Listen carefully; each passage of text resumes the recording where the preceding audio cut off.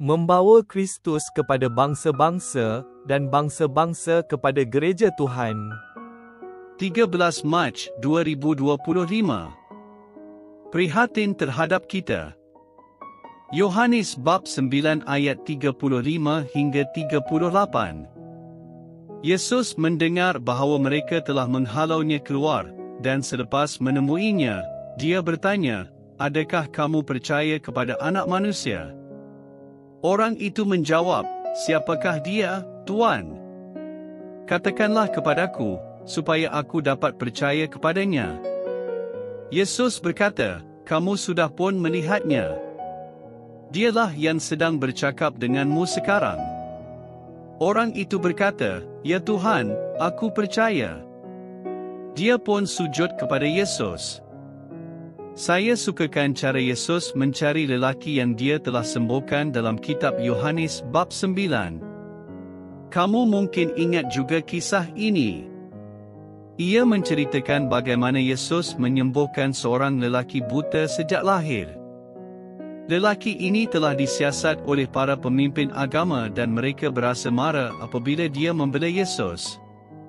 Akhirnya, dia disingkirkan dari Saumaah. Pada ketika ini, lelaki tersebut telah kehilangan hampir segala-galanya kecuali penglihatannya, iaitu pekerjaan lamanya sebagai pengemis, sokongan keluarga dan gereja tempatannya. Yesus datang mencari dia. Anehnya, Yesus tidak mengucap sepatah pun tentang masalah yang dihadapi oleh lelaki ini kerana dirinya.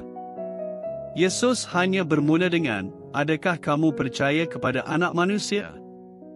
Ini hampir persamaan dengan soalan, "Adakah kamu percaya kepada Mesias?"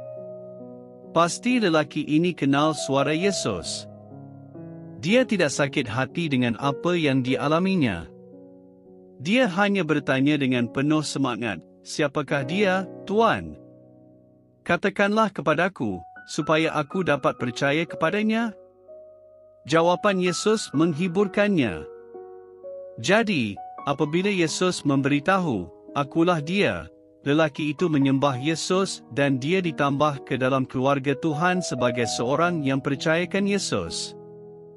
Yesus tidak mengembalikan apa yang lelaki ini telah hilang.